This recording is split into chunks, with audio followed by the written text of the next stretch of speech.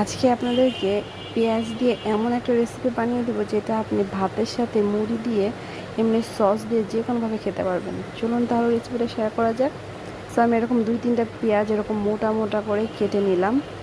কেটে নেওয়ার পর এর মধ্যে আমি কিছু পরিমাণ কারি পাতা দিলাম, থাকতে দিবেন, না দিলে কোনো সমস্যা নেই। দিলাম হচ্ছে বেসন, তারপর হচ্ছে কর্নফ্লাওয়ার, মরিচ গুঁড়া, হলুদ গুঁড়া, তারপর হচ্ছে চাট মশলা, জিরা গুঁড়ো, আপনাদের হাতের কাছে যে ধরনের মশলা সবই দিতে পারবেন। তারপর লবণ আর পানি দিয়ে ভালোভাবে একটা আঠালো মিশ্রণ করবো, অবশ্যই আঠালো আঠালো হতে হবে। তারপর তেল, পরিমাণ মতো তেল গরম করে এরপর হচ্ছে ছাড়া ছাড়াভাবে ছড়ায় ছড়ায় অবশ্যই দিতে হবে। তারপর আস্তে আস্তে ছোটো চামচ দিয়ে এটাকে ছড়ায় ছড়ায় দিতে হবে। দেখেন কীভাবে ভাজতেছি, দেখেই বুঝতে হবে।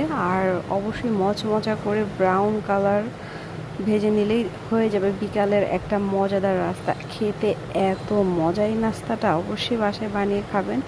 এটা সস দিয়ে